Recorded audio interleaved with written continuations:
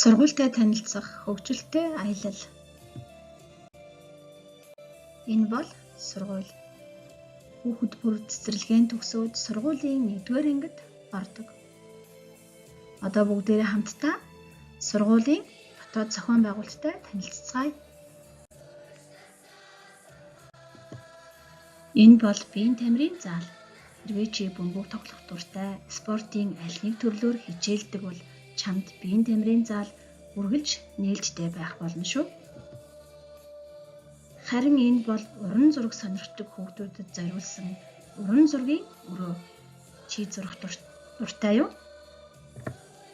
Тэгвэл авьяасаа хөгжүүлж уран зургаар хичээлж болно шүү. Хүүхдүүд та нар маань дуулж хөгжимдөх дуртай л үстэй. Тэгвэл сургуульд дуу хөгжмийн өрөө байдаг. Харин энэ бол сонирхолтой туршилтуудыг хийдэг туршилтын өрөө. Чи дунд ахлах ангидаа олон төрлийн туршилт хийж сурна.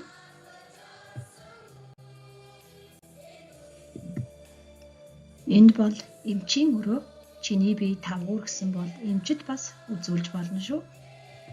Мөн сургууль дотор цайны газар байдаг. Хичээлийнхээ завсарлагаанаар дуртай хоолоо авч идэж болно шүү хүүхдүүдээ. Мөн сургууль дотор чи болон чиний найзууд суралцах маш олон төрлийн ангиуд байдаг.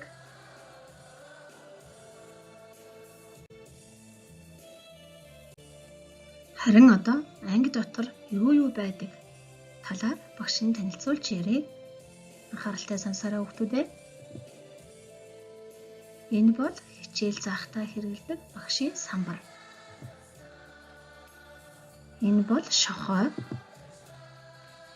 Мөн сурагчийн ширээ, сандал, багшийн ширээ сандал байдаг. Энэ бол сургууль. Гоё байгаа зү хүүхдүүдээ.